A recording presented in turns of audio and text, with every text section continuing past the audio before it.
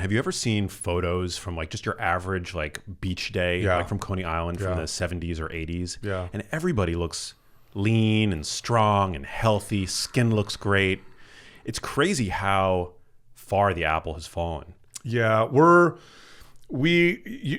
growing up in a world now more than the 80s for sure, right? Where a lot of the food that you consumed has been engineered to be so palatable that I believe, and I think that there's data to support this, that your brain starts to model itself after these kinds of foods in the same way that it may model itself after drug use. And so I think, and again, if your definition of addiction was how they created the definition around tobacco, heavily processed foods would fall nicely into that category.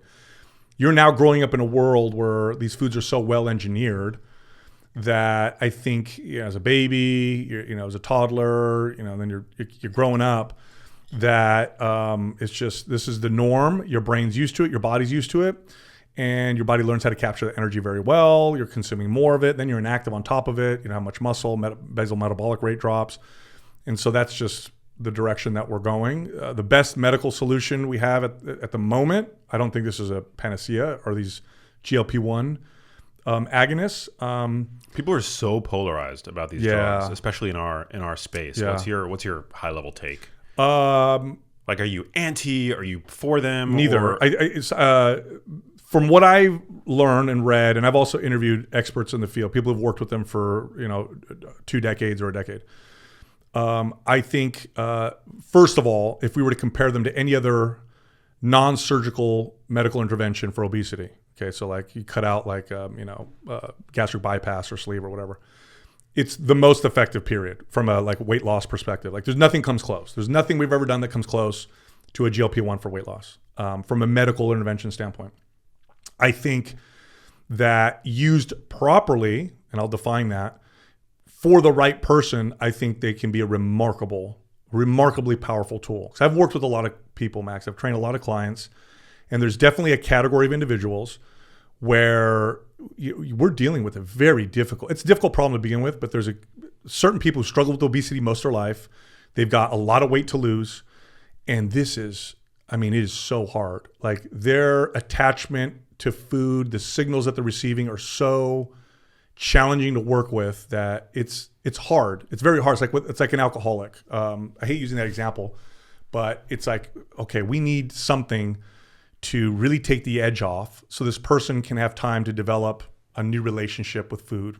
And I think that's what GLP-1s can do. I think if you're somebody who's going to lose 80 pounds, you've struggled with food your whole life, your satiety signals, your appetite, your relationship to food is so disadvantageous for weight loss or for sustainable weight loss that you're just in this place where it just feels hopeless. I think you can use a GLP-1. It'll get rid of the food noise. It'll bring your appetite down to a point to where you can then give yourself time to build new connections, new neural networks towards food that are then advantageous. So the best analogy I can give is, like, let's say you smoke cigarettes for 10 years, you want to quit. It's very difficult at first, but the longer you stay away from them, the easier it is. As those neural connections to that addiction start to weaken, that's what happens when you don't practice a behavior. As that starts to weaken, it gets easier and easier. And then what makes it even better is if you build new neural networks around behaviors that used to lead to smoking. So now I'm stressed. What do I do now? I go and pray, meditate, paint, whatever. And I develop a new behavior to supplant the old one. That's a wonderful strategy when it comes to things like that. And I think that's how I would use these. So I would if I had a client that was 80 pounds overweight, struggling with this, first off, you're on the GLP-1, great, appetite's suppressed significantly. We're going to strength train and eat high protein because your calories drop significantly. If you don't do strength training, you don't eat high protein, you're going to lose muscle as well as fat. That's just what happens. It's not the GLP-1 that does that. It's a severe calorie restriction that does that. So we want to offset that by some strength training, keep your protein intake high. And then what we're going to do is we're going to work on developing new behaviors around food. So let's become aware of how we feel when we're stressed, what we reach for, when you're bored, what do we enjoy? Let's develop new attachments to foods for different reasons. Most of our attachments to food, for most people, especially the obese, revolves around the experience and the palatability. But you can develop and you've done this, I'm sure, very well. You could develop attachments to food for lots of other reasons, like, oh my God, this one helps my digestion. And so what do you end up craving when you need help with digestion? You actually crave that food, right? And so start to develop those relationships, give this person a prolonged period of time, maybe a year or 2 years. And then when they feel like this is my new life and I have these new relationships with food and, I've got this, this moderate exercise routine and I feel good, I've lost 80 pounds, then let's slowly come off and let's keep it in our back pocket if you end up finding yourself kind of falling back into behaviors. But I think we have with that one of the best strategies to really solving this forever for people, which before it was, Max, it's so hard. Like if I use, again, my field of personal training and coaching, first of all, your odds of long-term success with a trainer are significantly higher than on your own. Okay. But still low.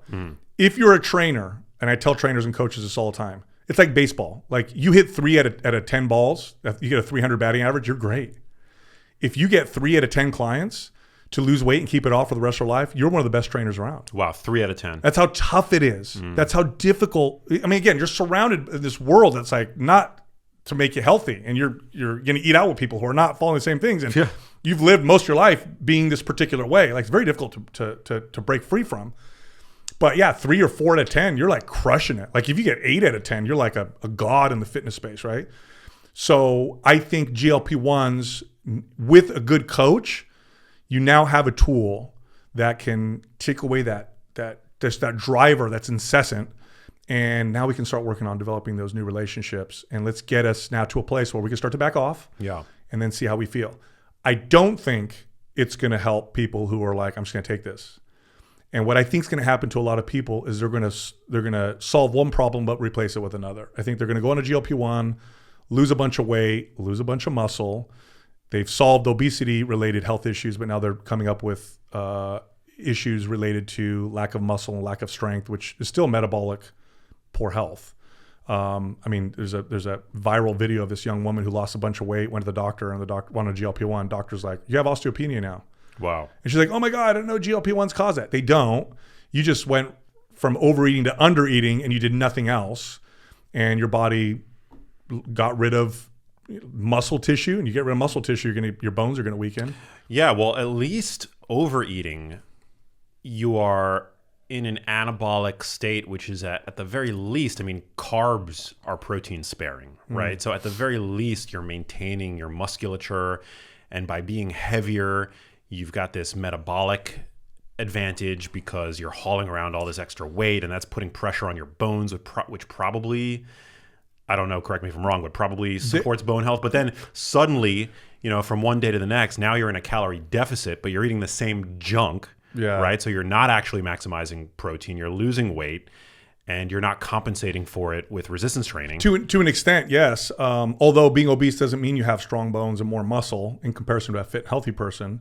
In comparison to somebody who undereats, probably more. Don't studies show that like obese people don't actually have lower metabolic rates? Their metabolisms are actually like...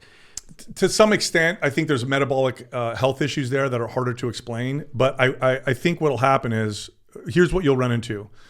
I was overeating before, now I'm undereating.